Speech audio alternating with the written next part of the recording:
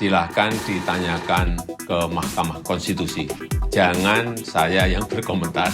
Saya tidak ingin memberikan pendapat atas putusan MK, nanti bisa disalah mengerti seolah-olah saya mencampuri kewenangan yudikatif. Putusan MK yang disebut menguntungkan ke Gibran Rakabuming berdampak pada Presiden Jokowi. MK telah memutuskan menerima gugatan batasan usia Capres-Cawapres menjadi minimal 35 tahun dengan catatan pernah menjadi kepala daerah serendah-rendahnya bupati. Gibran Rakabuming yang masih berusia 36 tahun bisa berjalan mulus mendaftar sebagai cawapres di KPU. Gibran telah resmi menjadi cawapres Prabowo Subianto dari Koalisi Indonesia Maju. Akibat putusan MK ini, muncul isu pemakzulan atau menurunkan Jokowi dari jabatan presiden. Hal ini dianggap Jokowi ikut terlibat dalam putusan MK. Selain itu, Ketua MK Anwar Usman merupakan ipar Jokowi atau paman Gibran dianggap melakukan nepotisme.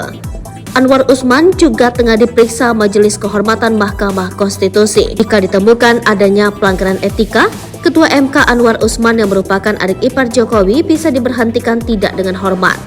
Ini menjadi pintu masuk untuk memuluskan wacana impeachment tadi. Pengamat politik Saiful Mujani mencurigai putusan MK 90/PUU 21/2023 tentang batas usia minimal calon presiden dan wakil presiden yang syarat kepentingan politik. Apabila ada bukti-bukti kuat yang menunjukkan bahwa presiden melakukan abuse of power, maka tahap impeachment terhadap presiden bisa dilakukan, ucapnya.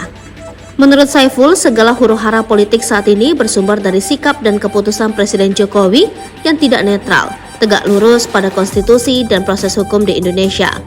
Selain itu, Saiful juga berpandangan bahwa Presiden Jokowi seharusnya mengetahui bahwa putusan MK tersebut cacat secara serius. Saya berharap tadinya bahwa Pak Jokowi tidak mengizinkan putranya untuk menjadi calon wakil presiden, ucap Saiful. Lebih lanjut, Saiful khawatir Pilpres yang akan datang menjadi arena elektoral yang tidak netral karena ada campur tangan pemegang kekuasaan saat ini. Sebagai presiden, Pak Jokowi punya kekuasaan yang luar biasa besarnya dan dapat menggunakan kekuasaannya untuk tujuan memenangkan Gibran, jelas Saiful. Kekuasaan yang Saiful maksud berbentuk sumber daya dan kebijakan yang bisa disalahgunakan untuk kepentingan keluarga Presiden Jokowi. Pak Jokowi punya aparat, TNI maupun polisi, birokrasi, bawahan kepala daerah yang diangkatnya dalam setahun terakhir ini, ucapnya.